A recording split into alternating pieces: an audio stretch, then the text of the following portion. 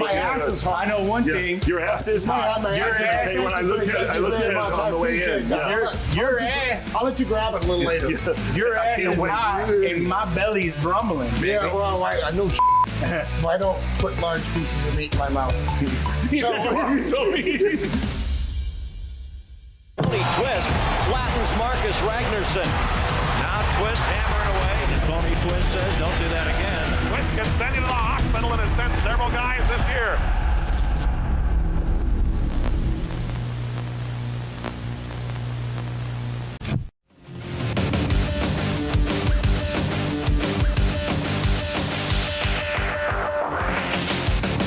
This episode is brought to you by Slyman Brothers Appliances.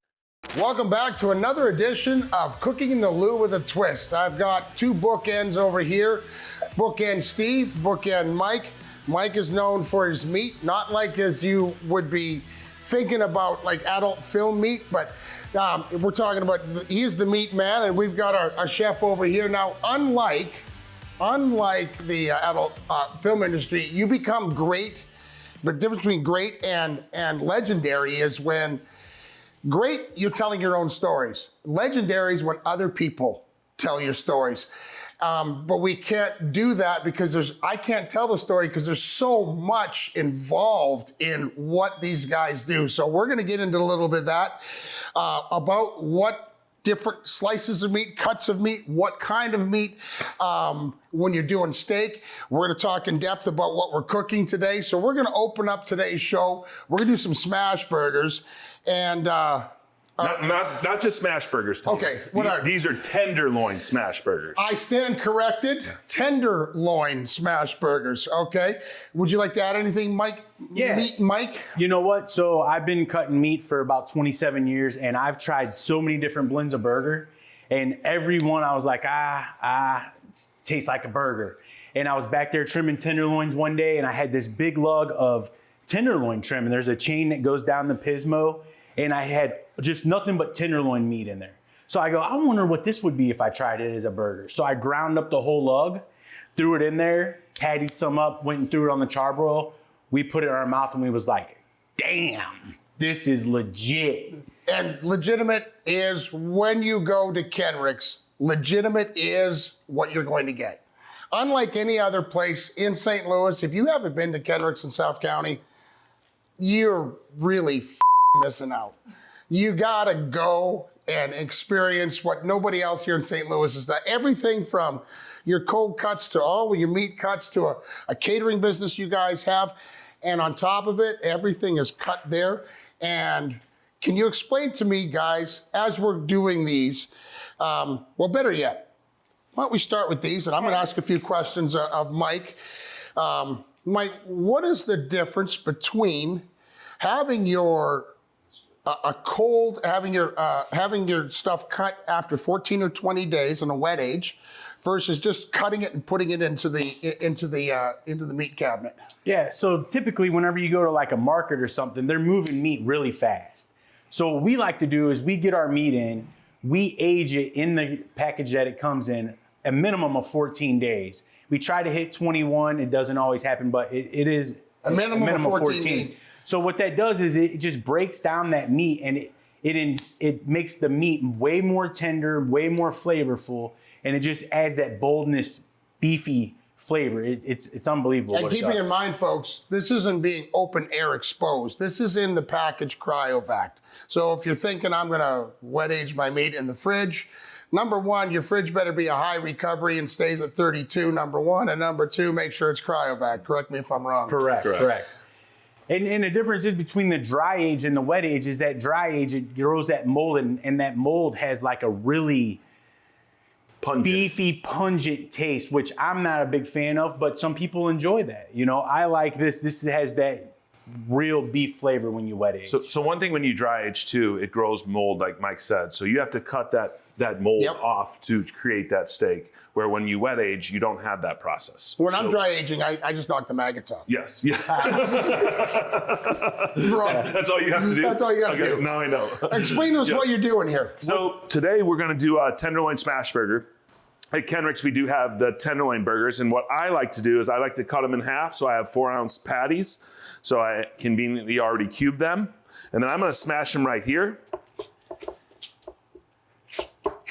You see how easy that smash down when you get burger? See, it's lean. So it smashes a lot easier than whenever you have a fatty burger. It's more, and it's sticky, you know. So see how easily it just smashes. And I've also noticed that when you get ground beef, and it's however they're grounding it. When you're making a patty, people tend to make this into a big hardcore patty. They smash it all together, and you don't get the flavor. Correct. Why are you not doing that here? Explain to me why. Anybody who's doing burgers, the more you do this, the more you make it tight, then you smash it down, you're not getting the flavor. You're taking the air out of it, the flavor out of it. So what we're doing is smashing it one time, so we avoid that. So doing a smash burger to a regular burger is way different. If you're ever going to do a real patty, try not to touch it as much as you can. Right. Because that gets the flavor in there as opposed to locking it all in. So that's a key. Yes, it is 100%. So there's a key tip from the meat man. Not the adult industry meat man, but I don't know. Maybe, I don't know.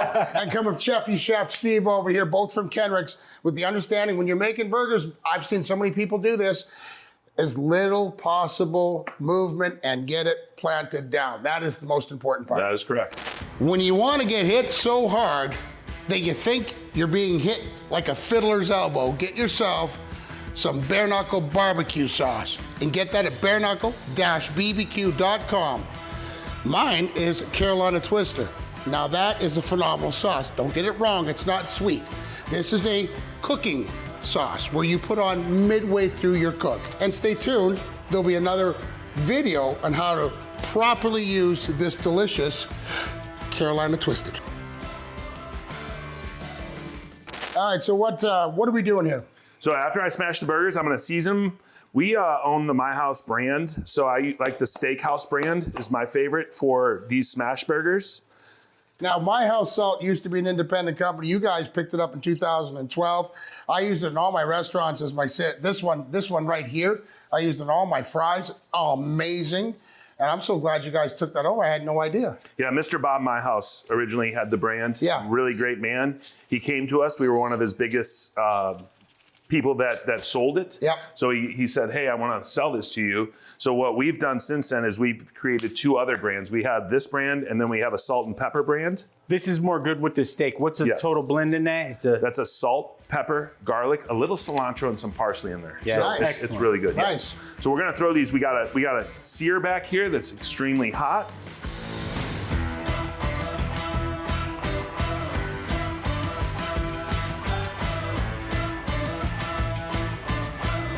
I am going to use Tony's Smasher from Portland, Oregon. Oh, yeah. And push them down a little bit, give them a nice sear mark. Who doesn't like a burger? Oh, I mean, it's an American. Hold on. If you don't like burger, then you're not a friend of mine. If I hit my head on this motherfucker again, I'm gonna lose my shit. I think I might have drawn blood. God damn. Jeez. Okay, as we're cooking this, explain to me, what is the difference between your regular cut of meat in a steak, your choice, and your prime? Tell me what is the difference? Yeah, so we really only carry choice and prime, and then we do carry a little bit of Wagyu we've been bringing in lately. But the difference is just the marbling in the meat. So the USDA has guidelines that they grade the meat when it comes in, and they grade it either select, choice, or prime. So So it's just the marbling? It has nothing to do with the meat itself or the cow that's being produced from, or? They grade it by the marbling, yeah. Okay. Yeah. Let's see how we're doing here. The pan might have cooled off on us. Okay, as you may or may not notice, we have switched burners because we want to get some additional heat over here. So just in case, the blocking, we're doing good blocking here. So I'm letting you know we're doing good blocking. And if you don't know what blocking is, I don't care, look it up. All right, so back to these cuts of meat. You got prime and choice, and it's just the marbling. It has nothing to do with the cow itself. But when you guys when you're buying your cows, you're buying locally within a 200-mile radius, correct? Local. What is the, so to explain to me why you're doing that and how are they being fed out? One thing I will say is Midwest has the best beef in the country. So it's corn-fed Midwest beef. So you have an area of of land that is very nutritious for these cows, and that's why we locally source. Okay. So we're in one of the breadbasket of America for great beef. And are they feeding this out? Is the corn all the way through? Are they feeding it out with a different feed at the end? They do. They finish. They start it with grass and then they finish it out with corn. Gotcha. Yeah. That's what I need to know. Yeah. How are we doing back here? It's looking pretty My good. ass is hot. I know one thing. Your ass is hot. My Your ass is ass. hot. When I looked at it, Thank you very much. on the way appreciate in. that. Yeah. Your ass. I'll let you grab it a little later. Your ass can't is wait. hot and my belly's grumbling, baby. Yeah, well, I know shit. Anytime you have cow involved in anything, it's my favorite food. And it produces all of my favorite foods. You know, milk and meat, and then milk and meat. Meat. That's all you really need is milk and meat. I'm with you. Let's do this while we're Cheese. here. Lovely cheese. So you sell these little one hitters at Kenrick. We sell the smash burger right here. Like I said, I cut those in half, so Yeah. I have 4 4-ounce patties. Yeah. So that's what I do, and it makes it the best. So we sell it in patty form to make a smash burger. You want to cut those in half. I balled them up because I like to smash I them don't down. juggle the balls too hard. Can I tell you what? You got to be really kind of loose with the balls. Right. So you know, so that Okay, you good. have to I do. just So needed to just know we're on where the same page. Now how they get them in the store where they come like this is what we call their grill ready, because they're about 1/2 inch thick. They're 8 ounces each, and when you pop them on the grill, they're not falling apart. He breaks them apart to make smash burgers, Right. but this is how we sell them right Gotcha. there. Mike, can you grab the onions out of Yeah, the fridge, sure. please? So if you- how Go ahead. I'm going to finish these up real quick is I'm going to turn them one more time. But before I do that, I'm going to throw some raw onion down. Oh yeah. So I'm going to get that underneath there. Thank you, sir. So did you know about this? If you plug your nose while eating a raw onion, all right, it'll kind of it will taste like a watermelon until you unplug your nose. Did you know that? I did not know that. You know why I know this? No. Because you on one tried of my it. other programs, we did this, and our good man Josh even did it himself too. Bit into this onion, and until you unplug your nose, you don't taste the onion. You should try that right before you go to bed, and right before you're with the wife. You know, make sure you do that because that's a very attractive thing. Women love that. Oh. Women love onion breath onion too, breath. Oh, right before you go to bed. absolutely. You know? And don't brush your teeth at all. Absolutely Like, yeah, not. Yeah, and you yeah. wake up the next morning and you know you've had onion. Yeah, I find women really find that attractive, Tony. Thank you. So you're finishing it with onion on the bottom. Yep, and we're gonna do a 3-cheese smash burger today. I brought some white American, some hot pepper, and some cold jack cheese. So we're gonna do it. We already toasted our bun also. Make that easy. You're making a triplet? I'm gonna make a quadruplet, bro. Oh. You're a big guy. Woo, woo! Tony, Yes. what kind of sauce should we put on? None. None. I don't put barbecue sauce on my burgers. Okay. Let's be serious. Yeah. Unless I'm doing some kind of Southwest burger with Yeah. bacon Yeah. and caramelized onions. We're not rookies. No, that's like putting A1 sauce on your steak. Who does that? Fat people do that. You tell me you don't do that to your steak. I like a little sauce. You- Not on my steak. You're I'm defiling talking a about steak. on my burger. Okay, that's like defiling a steak. I can't believe you do that. Dude, I think these burgers are done. I do too, buddy. So here's what I'm gonna do. I'm gonna throw a slice of cheese on each one of these real quick. Now we got a large variety of cheeses at Kenrick, so you can find almost any kind of cheese you want at the shop. I saw you have white American. Do you have black American? Not Black American. Okay.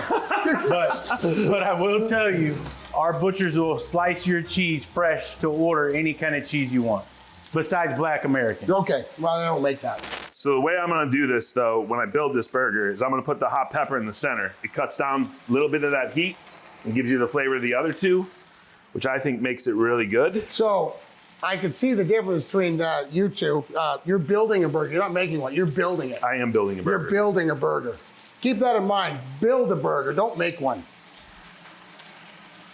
This is going to be like It's gonna be epic, bro. it's a four-wheeler. Yeah, it's a four-wheeler. It's a four-wheeler.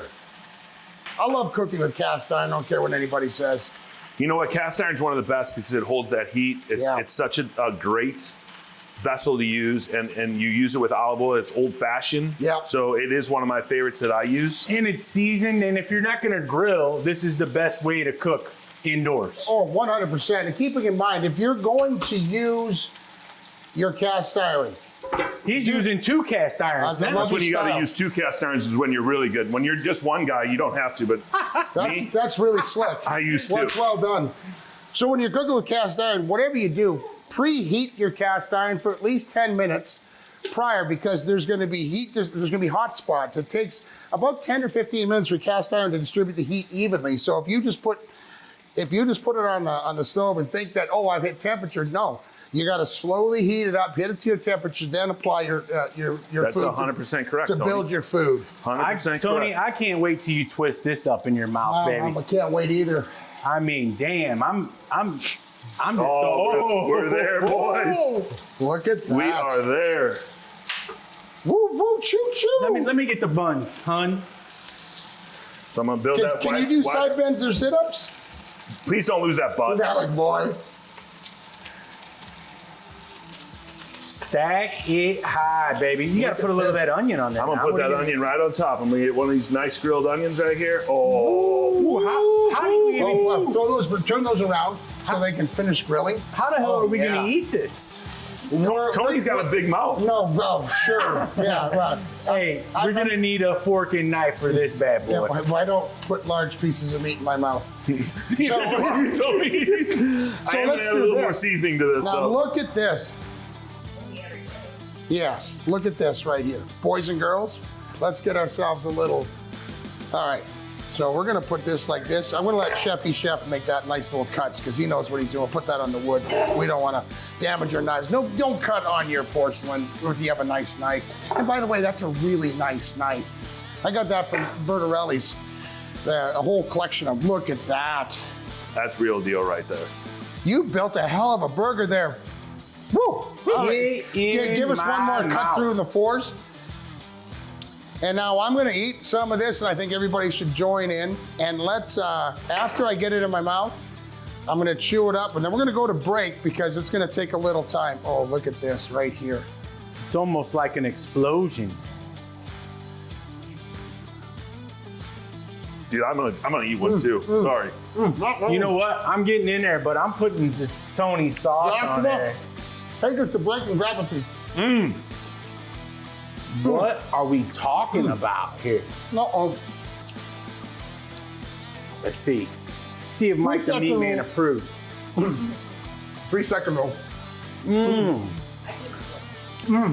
Oh, damn, that is so good.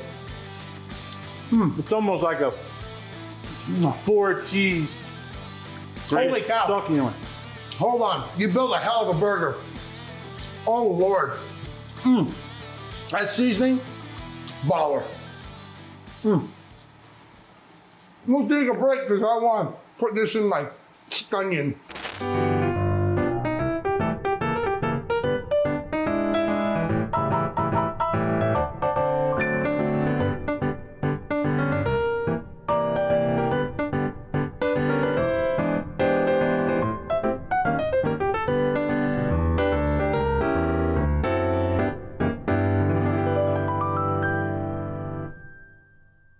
Well, the pigs just got out being slopped, and that would be myself. I'm talking about myself. I'm not talking about my 2 bookends here, but coming from Slyman Brothers Appliances and from Slyman Brothers Kitchen, we are going to close out this segment, but I gotta add, what we did not do was introduce these wonderful salted chips. You guys make these in-house, correct? We do.